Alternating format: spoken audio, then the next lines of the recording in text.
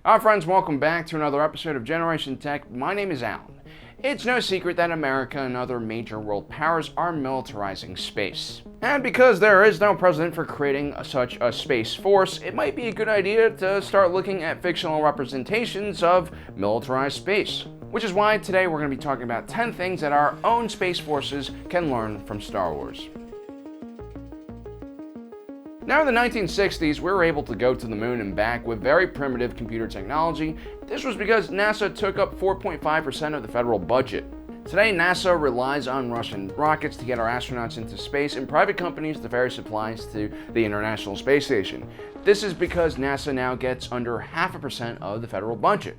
So obviously this is a funding issue. How do we get people to support a new military budget for a space force that most of us probably don't even think we need? Well, we pull a Palpatine, create a credible threat that forces us to pool all of our resources into defeating it. Now, inventing an alien invasion force is a bit out of question and too hard to pull off. But what if NASA secretly diverts an asteroid towards our planet, putting it on a collision course? Or better yet, we can launch a false flag attack on our future helium-3 plant on the moon and blame the Chinese. Or maybe one of our GPS satellites gets shot down and we blame the Russians. After all, politicians are just salesmen selling us products, and the Space Force is no different. And as with any product, you need to create a demand, otherwise no one is going to buy it. Ever wonder how the Imperial Navy was able to grow so quickly from the ashes of the Republic? Where did all those ships come from, and more importantly, where did all the resources come from? Well, Emperor Palpatine nationalized all the resources necessary for all the construction projects. The Empire also nationalized shipyards and large military industrial companies. The Empire also used many different tactics to lower labor costs, from using automated systems to employing hive mind species and of course using slaves. Now there were a lot of disadvantages to the Empire's rapid military expansion. Quantity seemed to outweigh quality in almost every piece of equipment produced. But this method of rapid industrialization allowed the Empire to create large projects like the Death Star. And for humanity to tackle space and firmly root our position amongst the stars, we'll need all the help and resources we can get.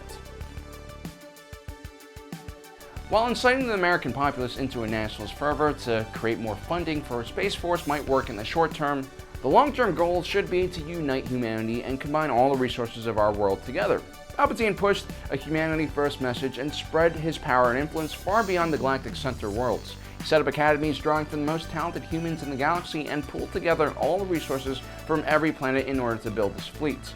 Hopefully by the time we start colonizing our own solar system, a human-on-human war will be considered a waste. We'll need all the resources we can get our hands on. The rebellion was able to do a huge amount of damage with a small fleet of single-pilot fighters. It's a lesson our own Space Force should learn from. Not only is building a Star Destroyer prohibitively expensive, it's also not the most tactically sound option for humanity. In our world, offensive technology is far more powerful than defensive technology, and in this situation, size becomes more of a liability than an advantage.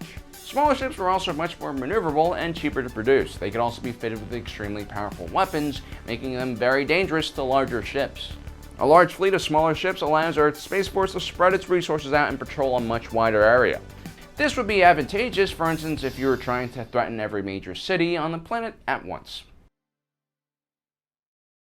Eventually, humanity will have to build larger ships for exploration, trade, and military purposes. In order to build these behemoth ships, we should look again at Star Wars planets like Kuat and Fondor, who build their gigantic ships in orbit where gravity has a much smaller effect on mass. This makes launching, building, and repairing ships infinitely cheaper and allows us to design ships that won't need to be capable of atmospheric flight and escaping a planet's gravity, both of which will severely limit the design of a ship. Also, instead of sourcing all of our resources from Earth and painfully launching it up into orbit, we can mine asteroids and make foundries and factories to fabricate material on the moon. Perhaps one of the most important lessons that we can learn from Star Wars is that no planet is permanent. Whether it's through environmental changes, cosmic collisions, or peacekeeping actions, planets can be destroyed, and keeping all of our human race on one planet is a risk to the future of our people. The Space Force's #1 priority should be to scout and look for future worlds for humans to colonize, and of course to provide security for those missions and eliminate any aliens that we see.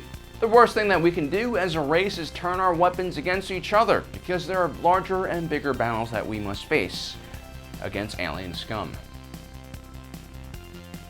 One of the biggest flaws of the Imperial Armed Forces was its reliance on very standardized equipment. In the earlier years of the Galactic Civil War, the TIE Fighter was used in a wide range of missions it was completely under-equipped for, while the Rebel fleet was made up of a bunch of different ships ranging from the all-purpose X-Wing to A-Wing interceptors and specialized bombing snub fighters. Instead of trying to cut costs by creating an all-around hybrid vessel crammed with features and equipment, there still should be a place for specialized vehicles for very specific missions. Until humanity has figured out a more powerful propulsion system, ideally something that can go faster than the speed of light, most space battles and movement will still be calculated based on orbits and gravitational pull. Everything will be much more mathematical and all about predetermined trajectories. With FTL, ships will be able to pop in and out of systems and create ambushes. And more importantly, we need to be able to replicate a propulsion system that can jump a ship into FTL speed immediately. It would kind of be tactically pointless if a ship took, let's say, several months to speed up to light speed. Once space is militarized, our spacecraft designs will need to be more maneuverable and powerful. Without the limitations of gravity and atmosphere, spaceships can be extremely agile, but at the same time create huge amount of G-forces that our pilots will need to survive. We'll need to find a more efficient way to protect our pilots from extreme G-forces, especially if our ships are going to be able to jump to the speed of light immediately. The G-forces of such a maneuver would be an instant killer. In Star Wars, there's a piece of technology in most spaceships called an inertial dampener, which reduces G-forces. We'll need to figure out a similar type of technology in order to make space travel safer. The one thing the Imperial Navy was really terrible with was creating support vessels for their larger ships. When the rebels attacked the Death Star, there were only a few TIE Fighter wings ready to defend the ship. No gunships, corvettes, or frigates, which would be ideal with dealing with some smaller fighters. The same thing could be said about the Battle of Endor, where were the light cruisers and small carriers that could be used to support the larger ships. Giant ships have gaps in their defenses that small ships can easily exploit.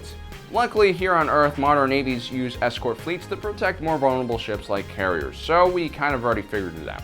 Well guys, there you have it, 10 things our American Space Force could learn from Star Wars. And I really do hope they learn from Star Wars so we don't, start turning on each other, because remember, humanity first.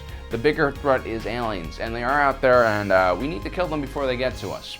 Well guys, I hope you enjoyed today's episode. Don't forget to subscribe, hit that notification button. Thanks for joining us. If you're watching this, you are Generation Tech.